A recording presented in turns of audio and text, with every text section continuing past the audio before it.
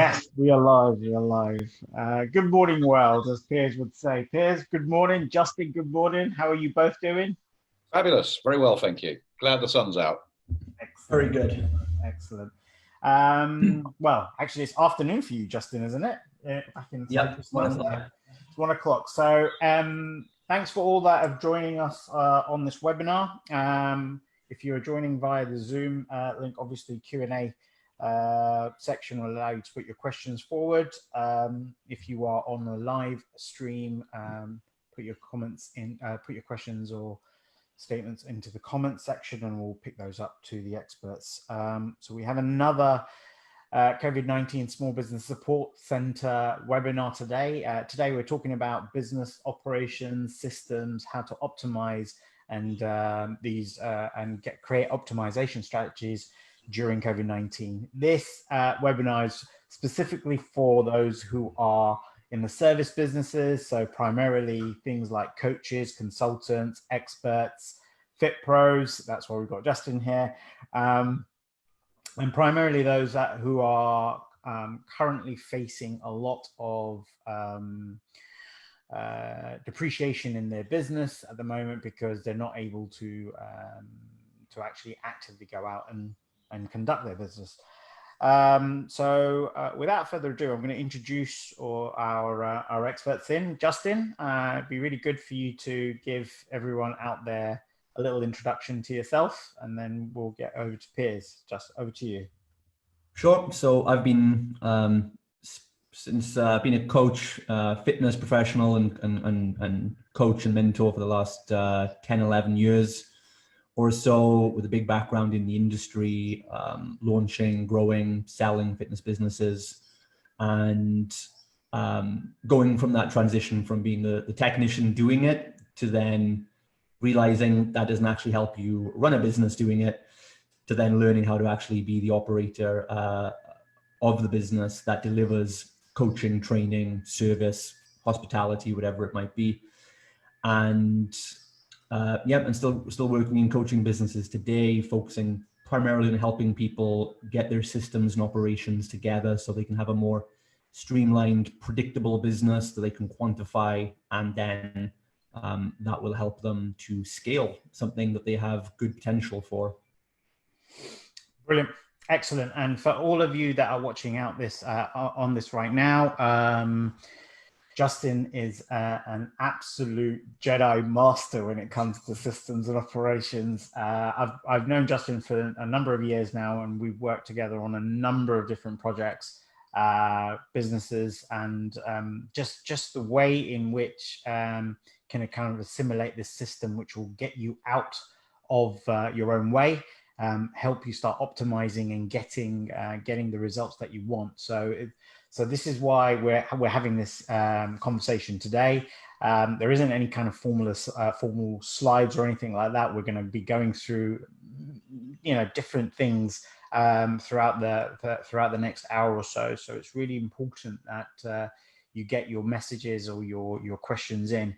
Piers, just before we start, a little introduction from you. I know quite a lot of our audiences know who you are, but just in case we have any newcomers, could you give a short introduction?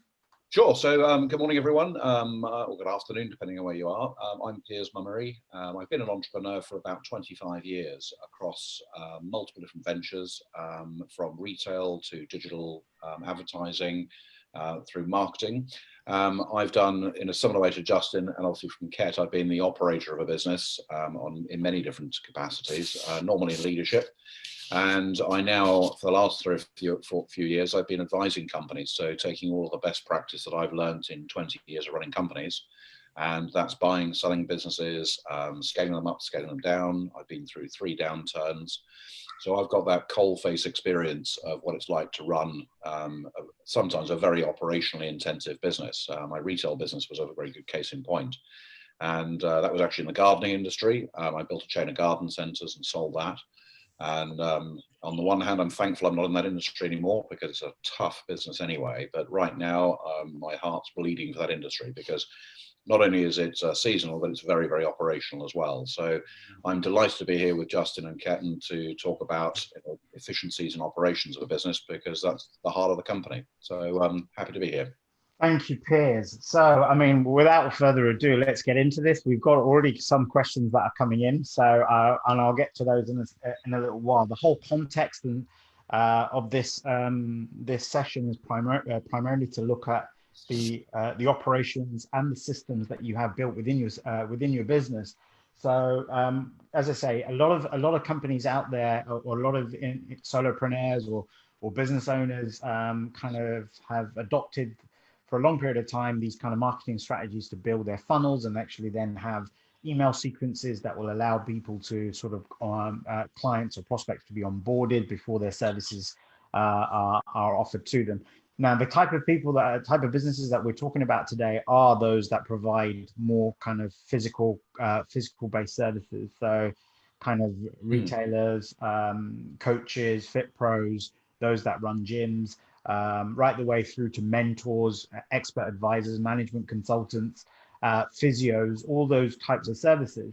And naturally, with the disruption that COVID-19 has brought, there is obviously an impact in the ability of people to be able to procure clients, but at the same time, we've seen that there are opportunities also of growing your market and attracting clients as well. So, Justin, the first thing that I kind of want you to kind of go through and maybe give some insights on is why is it so important when you even starting your business outside of this whole kind of COVID-19 environment? Why is it so important that you actually have quite effective systems built into your business? Forget the operations right now. Just let's talk about systems first. Why is it so important? So I think the first place to start then is what exactly do we define as a system? And on very, very simple, oversimplified terms, I will just refer to a system as the difference between a random task and a system would be you taking that task, a function that is performed in your business by you or somebody else that needs to be done repeatedly for an output to happen. Picking up a phone, calling a lead, making a piece of content, holding a strategy call, whatever it might be. And the difference then is you either have tasks or you have systems. A task is done when you remember. It usually isn't defined. It doesn't have a quantifiable objective, and it isn't documented so that somebody else can follow it if you could not or do not want to do that thing anymore. Whereas a system, we can then clearly say, is a task that has been defined. It's quantifiably measurable. It has written instructions starting with at least 3 bullet points, nothing overcomplicated, but something that somebody else could basically do without you. And it is done repeatedly and on a schedule. So that's what we just call a system bit. It's nothing, we're not talking about crazy technologies or anything like this right now. We're just talking about a simple system that is a way, structured, documented, basically a recipe. If you look at the chef industry is the easiest thing to do this. If you pick up a Gordon Ramsay cookbook, you have his systems, the recipes, the instructions of how to make a product the way he makes it. And the cool thing about that is why it's so important is that I could have never cooked a thing in my life, but I can pick up a well-written system book or recipe book from a Gordon Ramsay, and I can probably create a dish 60 to 70% as well as he could on my first try. So this is really important because your systems essentially are your standards. It's your standards for what needs to be done, how well does it need to be done, when does it need to be done, and only then can we look at who needs to actually do it. So if you don't have these in place, you're never going to scale a business beyond just being self-employed and actually building a job for yourself. A self-employed person runs a job. An entrepreneur or a business owner owns a system that can be done by other professionals or technicians. And some people then say, but I'm happy working on my own. I don't plan to scale things. I don't plan to grow, and that's fine.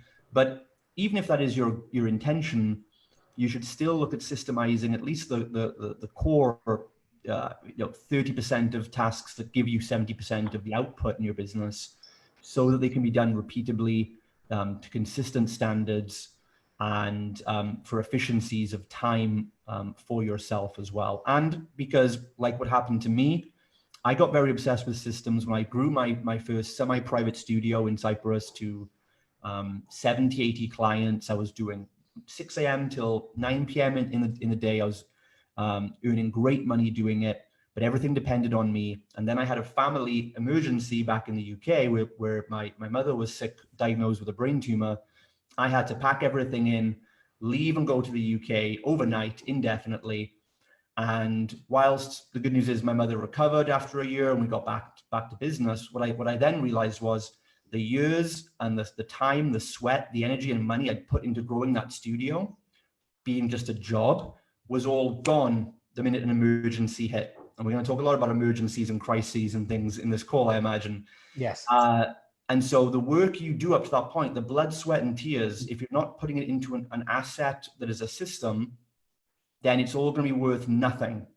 And you've gained nothing residual. But if that was all systemized at that point, I could have just at least brought in another trainer who, maybe would do things maybe 60% as good as me, but I could have at least retained 60% revenue from that business while I was back in the UK caring for my family. And so it allows you, the systems allow you to mitigate risk, but also to maximize opportunity of scale if things are going good. So in good or bad economies, I believe systems are the answer.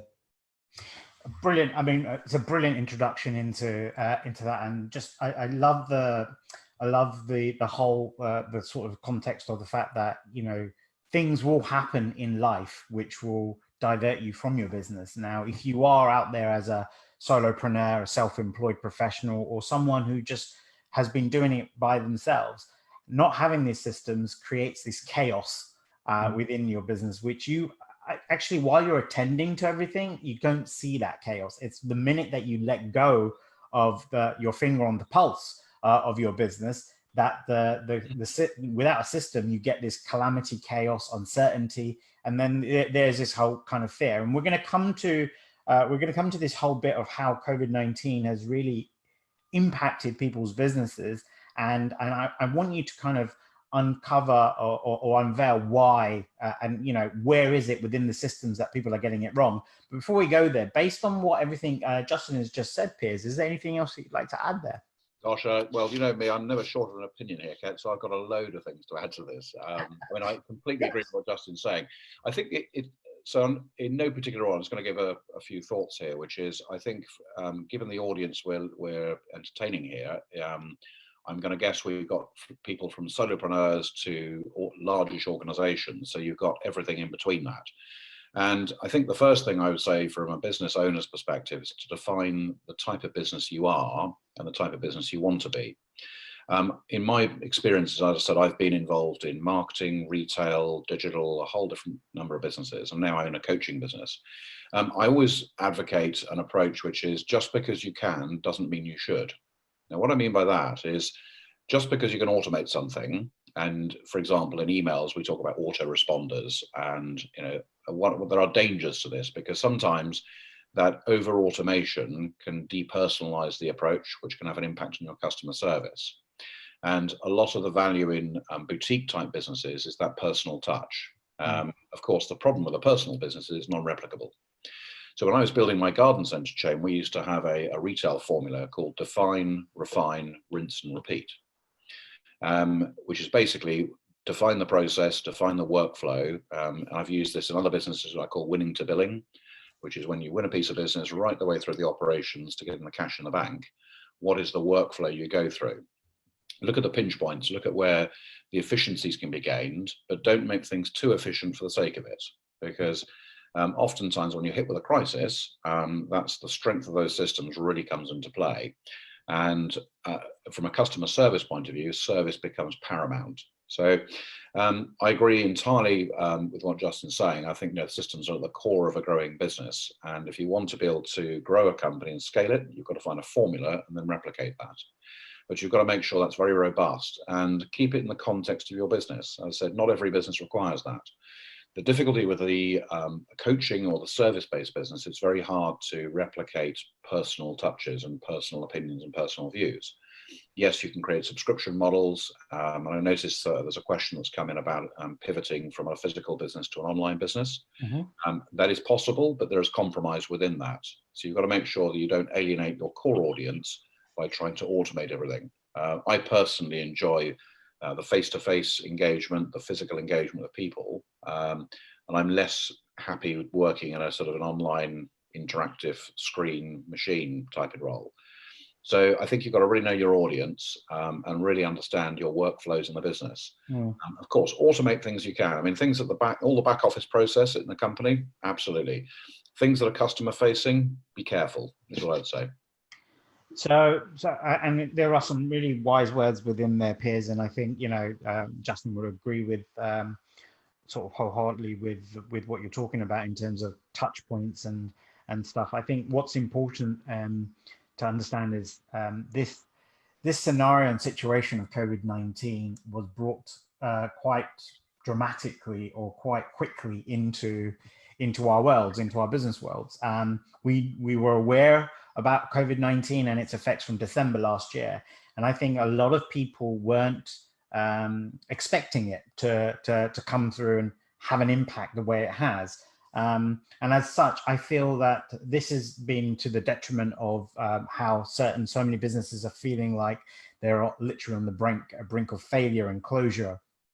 I mean, we were inundated at the beginning of March. We were inundated with people contacting us saying, look, you know, I don't know where my customers are going. I don't know if I'm going to be able to get any more in. I don't know where my revenue is. How can you help us with financial solutions? And really, the first thing that was coming into my mind is, what systems and strategies have you put into place to protect your business? So, Justin, I think, you know, this is the kind of time bit that I want you to bring in. You're a business owner yourself.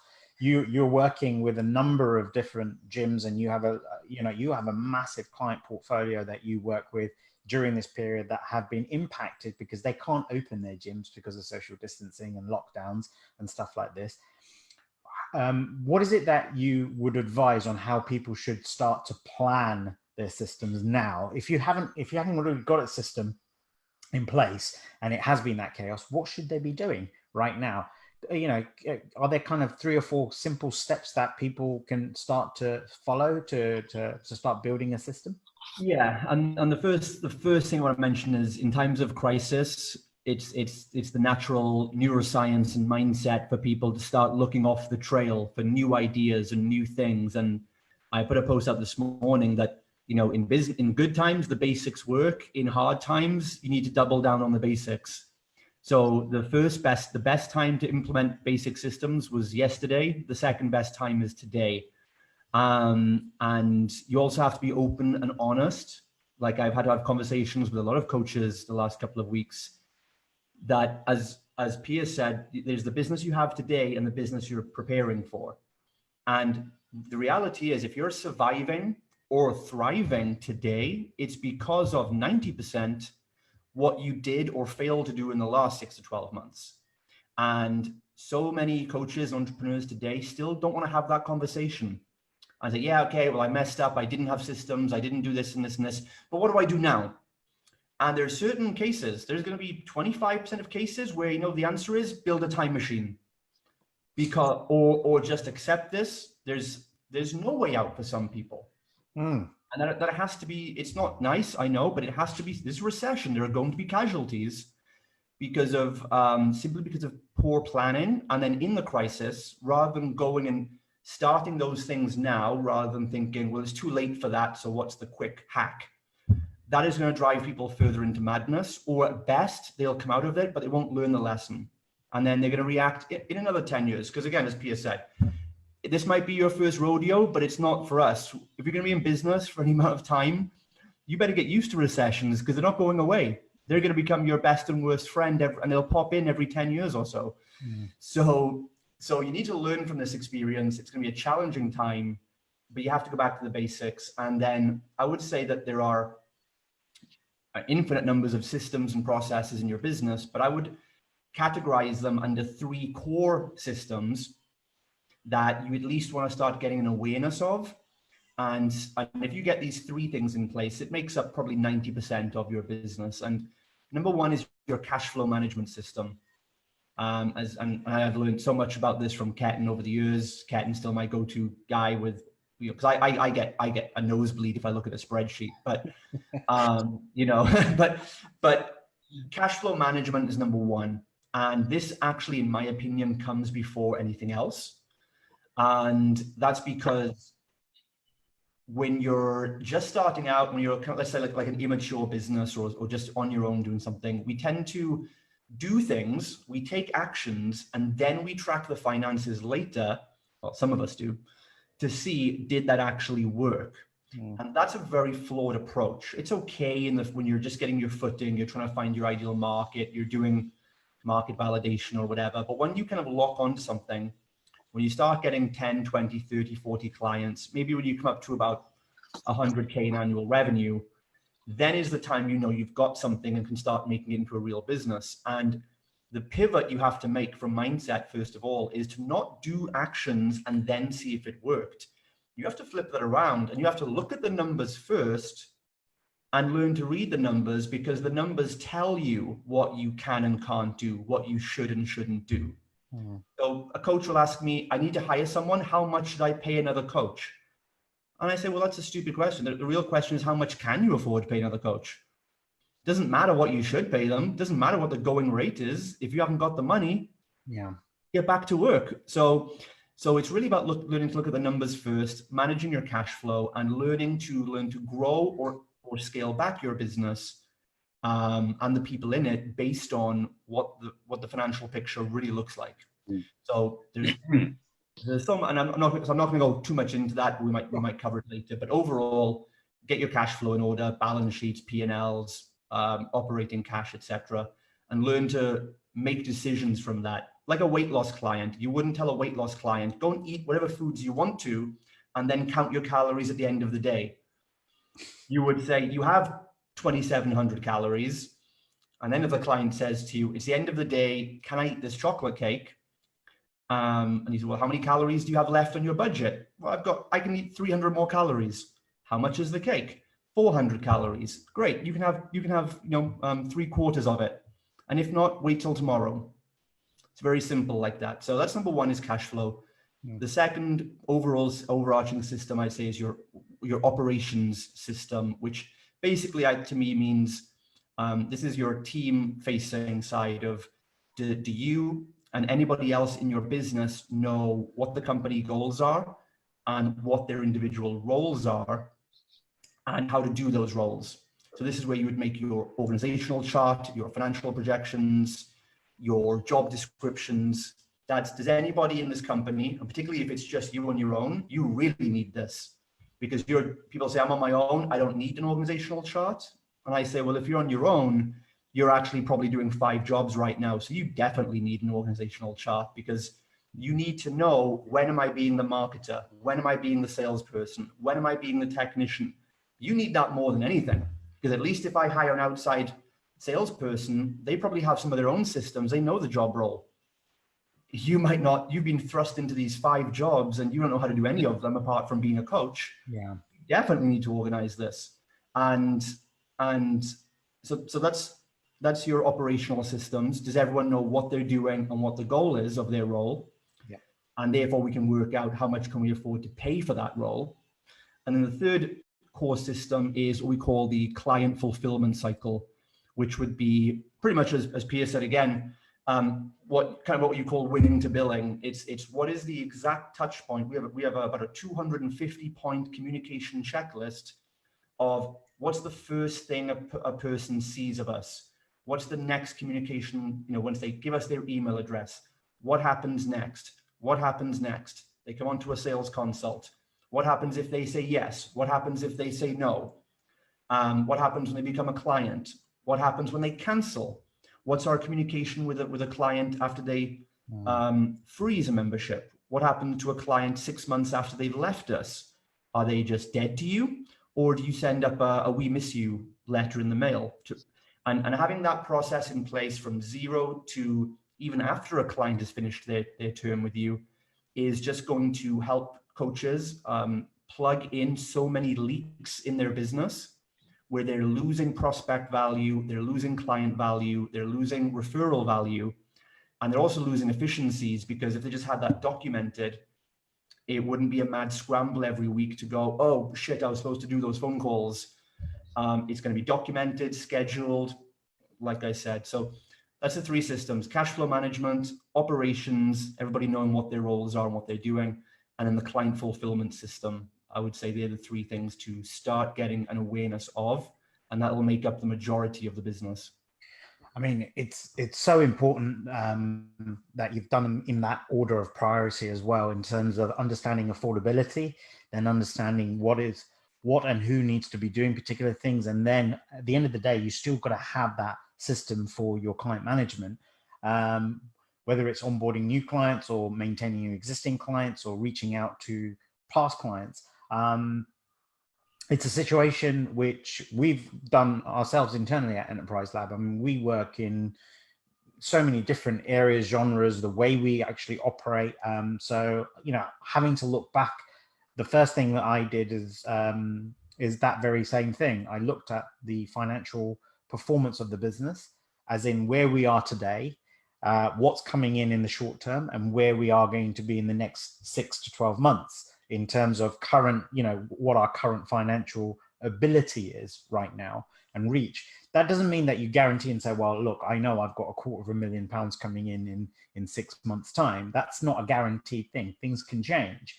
But what that allows me to do is start to understand what is it of my resources and where do I focus my energy and time in the short term. So there are certain pivots, which will come to what Rashad was asking online about pivoting, etc. in a second. There are certain things that I need to, there are three things that I need to do. I needed to look at projects that I needed to continue, look at projects I needed to freeze, and look at projects that I needed to kill.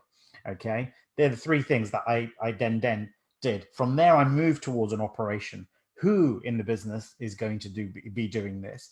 Because like you just said, as a CEO of my company, am I now also becoming the marketing director, the accountant, the admin person, etc. And remember, our inclinations and proclivities towards these kind of roles are such as business owners that we're not good, effective marketers. We're maybe not good at email copywriting and things like this. So all of a sudden, you're trying to panic to bring in things that you're not really going to be good at. And then from there, finally, we started to look at how we were going to recommunicate back out to our existing customer base. So our first strategy and system was defense. How do we protect the business that we currently have? The second thing was talking to those that we perhaps we haven't had, you know, a sign off from, to say, look, maybe now is not the right time to be trying to sign off on something. Let's elongate this conversation and come out the other end. And then we started to look at strategies of how do we onboard new people. So different kind of solutions have been coming in. I'm not talking about creativity and innovation here. It's just that these are ideas that we've had in the past that we've parked, and now's the right time to bring. Just said, Justin, on that kind of system of cash flow, operations, and then customer is exactly the kind of flow that we've done here. And that allows me to see a footprint for the next 6 to 12 months moving forward. So what's your advice then for people who are, I wouldn't say they're panicking, but they've really taken this time now to think, maybe it's time for me to change my business model, the way in which I do my business. You know, perhaps this is the opportunity now for me to build and develop an online system for my offline system as well. What advice do you have for people here? Because I think there is people, we've heard it a lot, and I've said it as well in previous webinars. This is a time for a pivot. This is an opportunity for you to create multiple revenue streams, but there are dangers in that, right? So what advice do you give right now for those that are thinking about just before we go on to that, could I just jump back to, you know, so I mean, I think, you know, what Justin says is absolutely perfectly correct. You know, look at your cash flow, you know, look at the operations, look at the clients, and so I think that's excellent advice. But one of the things that I would just caution people on is reacting too quickly. You know, we've talked in a couple of previous webinars about, you know, that we're all in panic mode. Okay, what we've been hit with here is a trauma, which is kind of very difficult to comprehend because we don't know the outcome of this trauma. And that's very difficult because we don't know where the end site is. We don't know how much worse it's going to get or how much better, and importantly, when. Naturally, the human psychology of that is to go into panic mode. Okay, so my first thing I would just say before we jump into pivoting your business, which is something I'm not getting a lot of sense of people are doing, is talk to your clients and talk to your customers before you do this. because I do think that, before you change your business model, and of course, if you have a physical gym or a club or whatever it might be, and that's been closed because you can't physically do that, do remember we're not always going to be on lockdown forever. So maybe there's a survival moment, which is to go through this process. When we come out of the other end, things will be different, but there will be some normality back to that. So it doesn't necessarily mean just changing the entire business and canning everything you used to do physically and now making it virtual, because that may not suit your customers. In which case you may have an entirely new business, not necessarily a pivot, because you've got new customers. Pivoting only works, if your core business model is, indefinitely just ruined. You can't get it back again. And just the other day, we're talking about, from a revenue point of view, are you in decline, deferment, or removal of revenue? So if your business is gone forever, then of course you've got to change your business full stop. That's not a pivot. That's a new business. So shut down what you've done and go and do something else. But within this whole process, the most important part of this for me is talking to a customer, because to pivot a business, you have to review the needs of the customer. In sales, people only ever buy if they have a need. Now that need is either perceived or real. Now at the moment, we have a perceived need. People are perceiving certain things. This is what I want. This is what I need. Get to the real need, and then you can service the customer properly. But we're not there yet, so it's going to take time. So don't just rush straight in to pivot the business. Of course, give considerations. Just a second point, going back to, so we're talking about the systems that can be put in place, advice for people. There's something which I would advise anyone to do right now, which I do myself, which is a system, if you're a solopreneur, can be a routine. And I think given we're all now in a different operating process, so we're doing things differently, I would just look at your own routine. So what I've done, since I'm now stuck in my home and I can't go anywhere, I've developed an enhanced routine on my normal routine. And there are really three things I look at there: focus, priority, and discipline. So look at your business and figure out, what are the things I'm trying to do? How have I been operating? And then how do I need to operate? So list out the things you need to do and then prioritize those. Work it into a routine that every day you do certain things in a certain way. That's a system and that's a process. So anyone can do that right now, is focus on what you think is important by listing them out.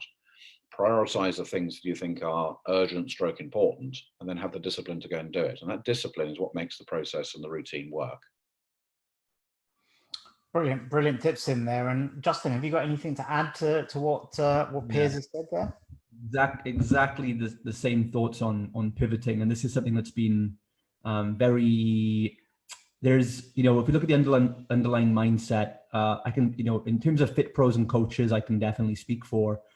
There's a lot of, for all the years I've been doing this, there is this overarching misbelief that going online is somehow an easy route to making a successful business. And we run an online fitness business with hundreds of clients as well. And I can categorically say running 4 physical locations is the same amount of work as the one online business.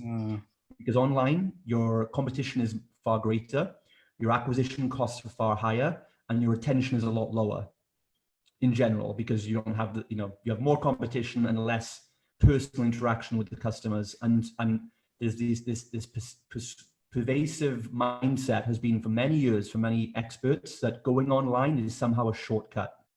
And this situation, I have seen anecdotally that there's a lot of people right now, coaches, who are like, yes, I'm finally going to pivot online. This is what I've always wanted to do. Now is the opportunity. And the same thing is, if you couldn't get your physical business right, you're not going to get the online business right. And it's going to be far harder, take far longer, and be far more expensive than you freaking think it's going to be. I can tell you that straight away. So for me, in times of crisis, like I think it's the way you give the most value to people is to spend more time, real time. And in our online fitness business, we are somewhat successful with it because we have a slogan backstage with the team that we are dedicated to being the most offline online business out there. For example, we don't do Zoom calls with our clients. We give them real phone calls. A phone call is a thing that a mobile can do before social media in the dark ages, if anyone is unclear on that. It's a thing where you use a voice and no videos, and it costs money on pay as you go. And so when people say, well, why don't do Zoom? It's going to be free, or WhatsApp. And we say, because we're going to pay a bit more money, because it adds to the experience. And it's the perceived value, like Piers said, it's perceived. There is no real difference between a phone call and a Zoom call, but there is in the mind of the customer. We send them bracelets in the mail. We send them mugs. We send them anything physical, tangible. We put live events on it. And Ketan knows this with our fitness professionals we coach. Yeah. On our mentorship, they get 2 events in Cyprus and multiple one-day events throughout the year included, because it's more value for them. It's number 2, what I love to do best. And number 3, it's what retains people. So where do you draw the line between online and offline today? I think we need to drop the whole thing of online business and realize that there's online processes you will use, but the automation cannot be used to replace customer service. Online automation should be used on back-end operations, so it gives you more time to spend with your customers, not less. Yeah, Justin, I agree with that. I mean, a very interesting thing. So when I had my retail business, we launched an online business as well, and we made a big mistake and a big learning from this. So we had a chain of garden centres, and there were 2 things that I used to do with my retail teams. One was we developed a thing called business fingertips, which were looking at the most critical things in that business that if you don't get these right, everything else doesn't matter. The number 1 was key holder. If you haven't got the keys to the front door, nothing else matters because you can't physically get in there. So, all the customers will turn up, you can't go in the front door, so forget it. So the number 1 business fingertip point was actually looking at the front door key, which could also be things like, making sure you got power to the building. So we used to have generators. In an online sense, I'm amazed and still astounded how many people set a website up and don't put their phone number on it, yet they claim to be customer centric. You know what? There are people like me, by the way, and Justin, who like to ring people. We like to talk on phones. We don't just like to fill out forms. That as a customer experience puts me off inherently. So if you suddenly want to become an online business, don't lose some of the offline things like phone numbers, the ability to physically talk to somebody. That's really important. And then remember things like, we had another thing called TNTs, tiny niggly things, which where there are about 20 things in the business that can just blow up. Okay, one of them in a retail sense, if you don't put a price on something, no one will buy it because they don't know how much it is. And I used to spend pretty much most of my working day in our stores going around trying to find things without prices on. So look at those tiny details, because those are the things that make a huge difference in terms of customer experience. So, as I said, I think, so I lost a bit of thread on that actually, but, just the points that I think are being made there by Justin are very, very valid. But being customer centric is the key to adapting and pivoting your business. You really need to know your customer and your audience you're going after. I mean, that just goes back to Justin, what you were talking about internally with your business model. You've got like over 200 touch points, and I've got more to put here. I got a bit sidetracked there, but I'm just laughing because about the keys back in the day. I've turned up to my gym and left the key at home. With so many clients standing around outside. Luckily, I've got some good charm and I can talk them around. And I was just like, "Oh, it's a great day. Let's get some vitamin D in the sunshine." And then proceeded to go and make 5 keys, give them to everyone, and keep one in a hidden location outside. But these are real things we overlook. And so when it comes to so if we talk about pivoting, okay, what I've been telling or advising coaches and fit pros in this regard is, it really depends where you're coming from. First of all, you have to take stock of your assets, your resources, and every climate there is a percentage of offense and a percentage of defense that you're doing. And we're so fast looking into offense when things get tough, of go get new customers, do this, pivot, make an online program. I'm going to make 29 products. I'm going to do blah, blah, blah, which is a massive a time suck and operational cost to your business, by the way, coming up with something brand new. You have to first take stock of where you are. Now, in our businesses, personally, we've just transitioned 300 of our gym members online. And the first thing we have to look at, it goes back to cash flow. Now, the first thing we look at is our amount of operating cash and our run rate going into the situation. We have 8 to 12 months of cash flow reserve because we've been aggressively saving the last couple of years, knowing that a recession is on the horizon. So because of that cushion, that number one, that resource, your strategy, I believe, is always determined on your long-term objective, compromised with your short-term available resources. That's what gives you the right strategy.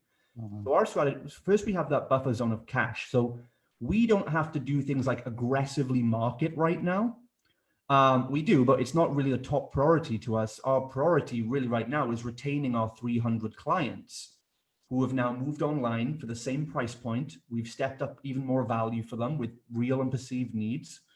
And our first priority right now is to just minimize churn and get through the next two to 3 months with no more than a maximum 20% churn rate. That's our objective right now. Because if we do that and we have the cash to, if it goes a bit beyond that, we can take a punch essentially, but absorb it and then get back on track.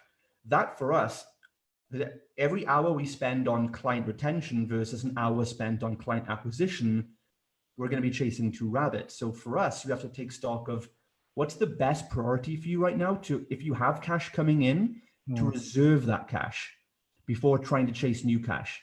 If your defensive position then is locked in and you've got that on point, we didn't start marketing for new customers until about 3 weeks after we transitioned, or 2 weeks after we got online, to make sure our customers were happy, ask them what they wanted. We put out surveys every day. We're collecting data religiously. Who's turning up for this? So we take the soft data, but also the hard data of watch what they actually do. And now we've just come past that point. We've just done the next, on the first of the month, we did the next billing. Because transitioning clients online is one thing, but that doesn't mean we've retained them. Many of our customers might just come online to support us for 1 month, not intending to carry on. The real test that we've just gone through is, okay, how many are now going to pay for the next month online versus just saying, it's been great, but I'll come back when you guys are open again. So we've now managed to again retain another 96%. So we kind of feel now, okay, we're kind of getting okay on that. We'll keep that going. Now we're moving on to offense. Now we're deploying the offense. And when it comes to the offense in this position, you've also got to know what is your best strategy long term. And so for some fit pros and coaches, they need to aggressively get new client sales in now because they're starting from a low cash flow position with not as many clients, or just with more debts or costs in their business if they weren't profitable to begin with, which 90% of fit pros aren't. 90% of fit pros and coaches also have less than 1 month of operating cash in the bank. So they're really feeling squeezed right now. So for those of you who have got some prep, got some cash, defense is number one for you. Don't rush out there to make brand new products because you have not retained your clients yet. Do not take that for granted. And this is only going to get, and we also know that, yes, we retain 96% of clients this month, but how many are going to lose their jobs next month? Right now, we're looking at this as a very individual, week by week, month by month, finger on the pulse situation. We know our retention rates long term when things are normal, but in this situation, people are losing jobs every day. People are getting sick every day. Panic is in the air. More options than ever are on the market for them, trying to grab their attention. They can go and watch Joe Wicks if they want to. So we say with the team, okay, yes, we've retained 96% on April the 1st. What do we now need to step up again? Because it's going to be probably harder to retain that same amount every month this goes on for. So people are taking that way too much for granted, and you cannot underestimate how much you have to step up and keep asking your clients what they need right now. And then if you then go into the offense of sales, if you need to generate new sales, that's one thing. The other opportunity right now is that this is a great time to build your audience. If you can afford to wait a bit longer, you can now build an audience with very cheap advertising, higher organic reach than usual, and if you can afford a longer cycle to then monetize most of those customers when things go back to normal, where we're paying about £1 for a Facebook lead right now, it would be about £9 average. So, and when things go back to normal, Facebook are going to put their prices up and some more to make up for their losses. So in the next 2 months, we can generate leads for £1, a name, email, and a phone number, versus in June when it's going to be £15 when everyone's back on the game. then, and a lot of frozen coaches aren't looking at that, and they think, well, when things are back to normal, I'll run ads again, and it's going to be 15 times more expensive for you. But this is just the same. It's not just the. It's just not just in the fit pro industry. I think, you know, you've got your coaches, your business consultants. Yeah. You'll see that advertising has dropped massively away. In fact, you're absolutely right with the organic reach. And the reason why organic reach works a lot more is because we're sitting at home. You know, we're on our social media platforms a lot more effectively. What you've kind of also described there is a little bit of bulletproofing for the future in here. I think defense is the best form of attack in this way, shape, or form. So it's spending so much time on client retention and focusing. I love that bit that you say that it just because you retain them today doesn't mean that they're going to be there tomorrow. So if they're on a monthly cycle with you, know that you've got to go through this process again almost every 30 days with your client until we get to a period of normalization, I guess. And, you know, again, we said this at the beginning of the call, we just don't know when that's going to be. So I guess what you're telling people out there is build your system and build your operation and build your process for 30-day cycles rather than thinking just, essentially what I'm saying is rather than pivot in the traditional sense, as like Piers was saying, of thinking we do this, but now we do this, rather than a long-term transition, we're looking at this as a little bubble off of the regular timeline. Yeah. It's just batten down and focus on, is it retention or is it cash flow you have to generate? Which is your main prerogative right now, just to survive this thing. Let's not think about getting rich right now. Let's think about what's the basic needed to survive and keep things going. And not look at this as a long-term thing. So many fit pros right now have asked me, you know, I'm loving the Zoom online home workouts. I'm going to keep this going after lockdown ends. And I'm like, that's the most ridiculous thing I've ever heard in my life. You think, because like Piers said, the needs of the customer fundamentally changed right now. This is a unique situation. When the lockdown ends, do you honestly think you're going to keep people indoors to do a home workout? I'm not going to cook a home meal for the next 20 years when this lockdown ends. I'll be staying at home because I get a nosebleed when I go to the gym. So, so you know, people are seeing this opportunity, but to think this is going to last, there's going to be elements of online and things you can draw from it and maybe hybridize into your offerings going forward. But to think that you're just going to, you know, again, they're not looking at the needs of the customer right now. It's like being in wartime. There's the economy in wartime is very different compared to the day after. During wartime, shipping goes to a standstill and people eat localized goods. Day after wartime, everyone travels around the world and everything becomes more globalized. The day after. Can I add just a thought on something here, which is, you know, I've come across many businesses I've been in myself, and I've worked with lots of different businesses. But when you're looking at the emotion and passion sectors, so let's take fitness as one. So, you know, if you own a gym or if you're a fitness coach, that's a passion first and foremost. You didn't go into that business necessarily as a businessman or a businesswoman. You went into it because you love the service, you love the product, and that's what you enjoy. What's now happened, given the circumstances we're in, is you are being forced to become a bit of a business person, and maybe that's not your forte. So if you are a fitness coach, you know, your first skill is being able to coach people in fitness. It's not being a business person.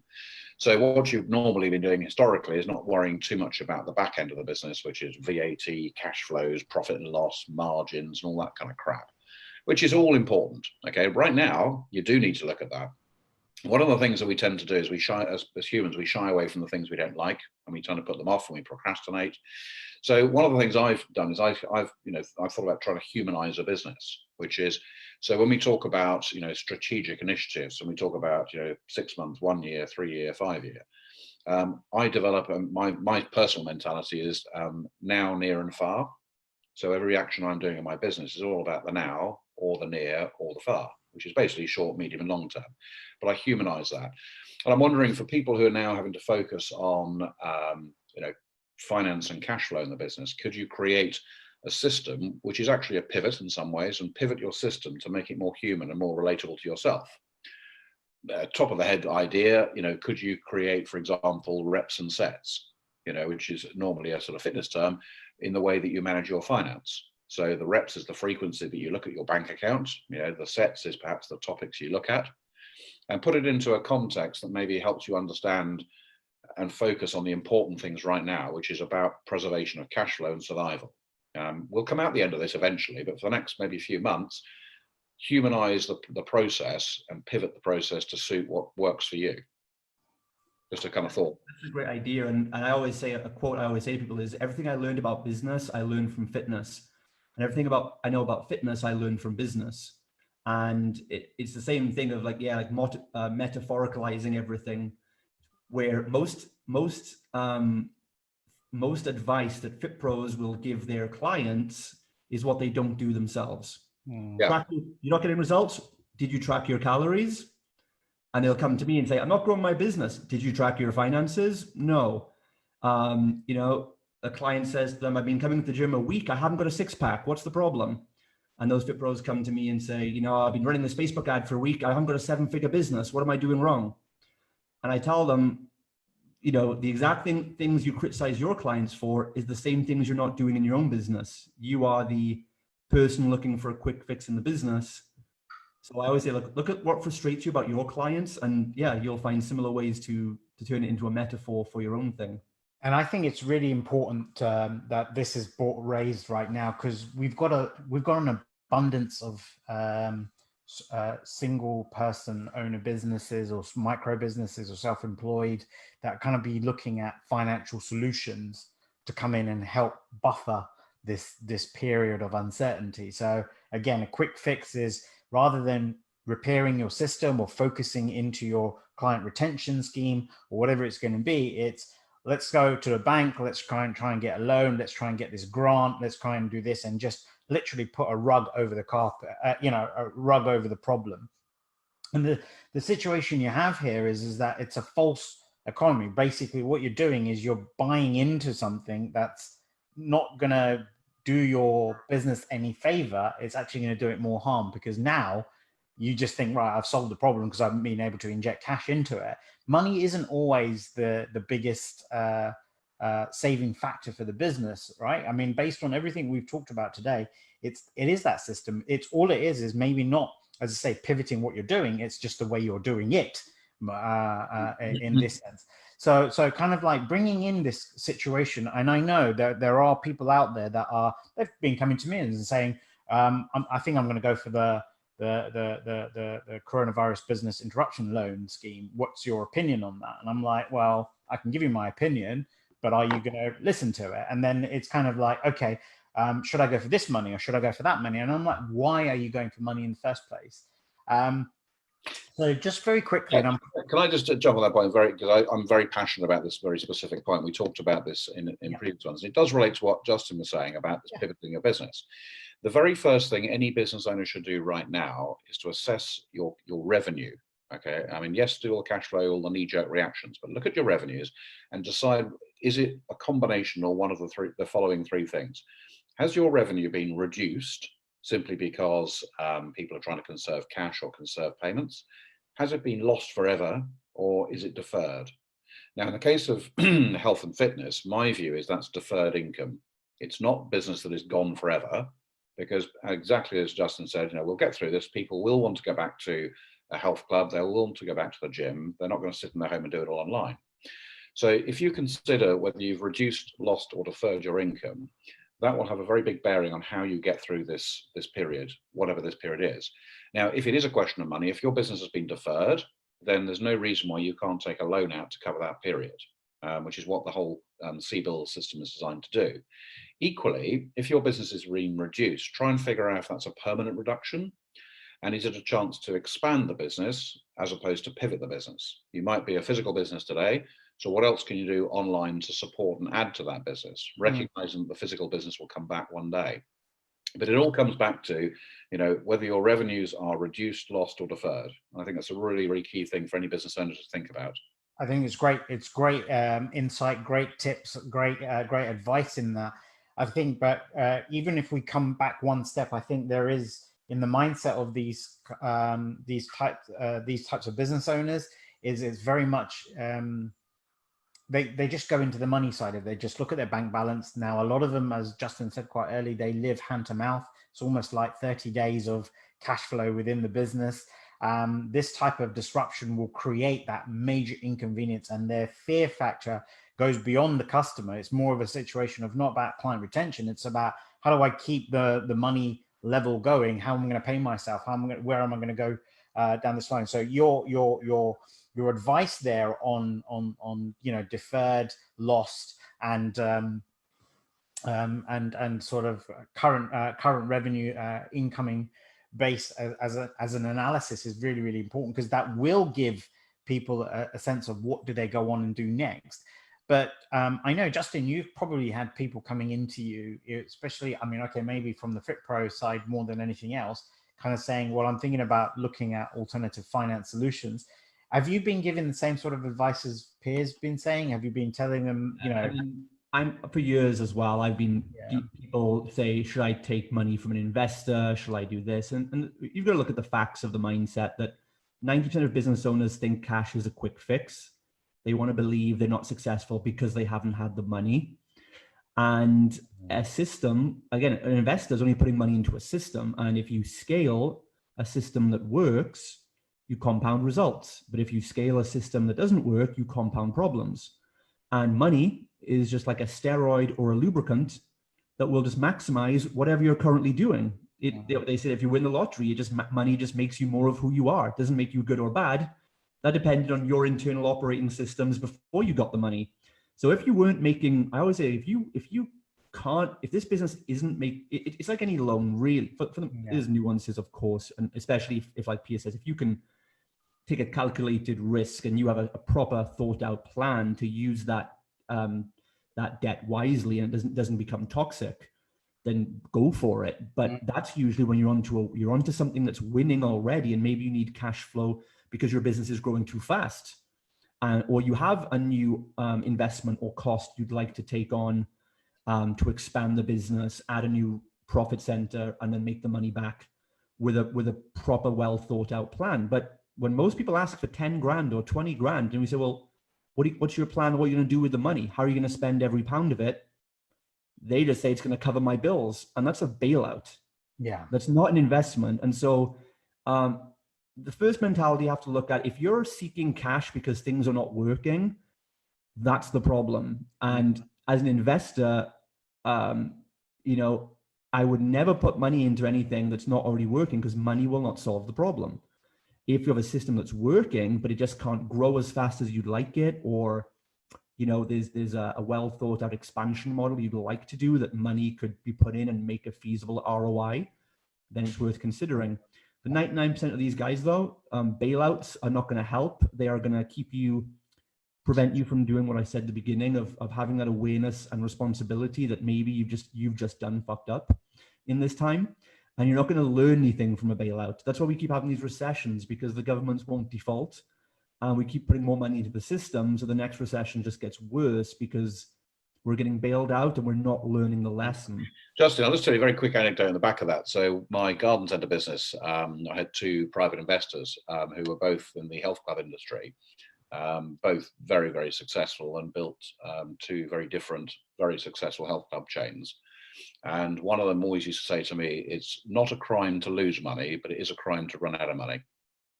Mm-hmm. And, balance, exactly to your point, if you're putting money, kicking the can further down the road, if you're going to run out of money eventually, don't fund it. You're just kicking the can down the road and creating a bigger problem. Go right to the source and fix the problem through a system and a very clear plan as to how you're going to grow out of this. That's fundable. Exactly. Yeah. So exactly. I echo that. And for most people, it's, it's most of the time it's just not going to be worth it, because it's not going to solve the problem for you. If you have a growth problem, then money can be, an injection can be very helpful. If it's a survival problem, money was never the problem to begin with. And if you can't make some money without the money, you're not going to make money with money, if that makes sense. So we've fast run out of time. It's amazing how fast hours go. I think there's some incredible insights in here. I mean, if any of you haven't been jotting this down while you've been watching this live, we will be creating a digital asset and an aid memoir of the whole session itself. I mean, so many small golden nuggets, but I think there is a general consensus and rule here that, you know, inadequate systems will bring inadequate businesses. Inadequate businesses will then create inadequate opportunities for you to continue on that business. So it really does go back down to this. Justin talked about those three simple areas and systems of, you know, your cash flow, your operations, and then your customers. Piers talks about understanding your finance and revenues from a perspective of deferred, current, and you know, forgotten or lost business in this respect, which kind of models particular things. So, gentlemen, before we close this session down, any lasting comments or bits of advice that you'd give to any of our audience today? Piers, I'll come to you first. Yeah, I mean, I think this is all about systemizing, which for me, systemizing is all about a routine. So, you know, find things that are working for you. If it ain't broke, don't fix it, and just do more of the same. You know, focus on the fact that, you know, if you're trying to survive through this, okay, then you've got to tighten up the systems and the processes and the approach you take with your business. And just discipline and focus on that. And it could be as simple as a routine every single day while we're at home. This is what you need to do, and just do that. If you do genuinely believe you've got to pivot your business, don't rush into it. Seek advice, think about it, talk to your customers, and differentiate between reshaping your existing business, expanding your business, or changing your business. And then have a personal sort of approach to all of this, which is, you know, look at the now, the near, and the far, and just hold the faith. We'll get through this. You know, the sun will still shine, and in a year's time we'll look back and we won't be laughing about it, but, you know, it'll be very different to where we are today, and we'll be fine. Brilliant, brilliant. Thank you for that. Justin, over to you to wrap up this final piece. What kind of advice or tips or lasting comments do you have for business owners? Same sentiment. You have to slow down to go fast. And putting systems, people will want to run out and do reckless, shiny object tactics right now to get quick wins, and that's only going to push you further into problems. Take the time right now to figure out what are even just the top 10% of things that you're doing in your business that have been previously successful. How are you serving and retaining clients? How do you get sales and prospects? And how can you manage your cash flow? Take just the top 10% of tasks.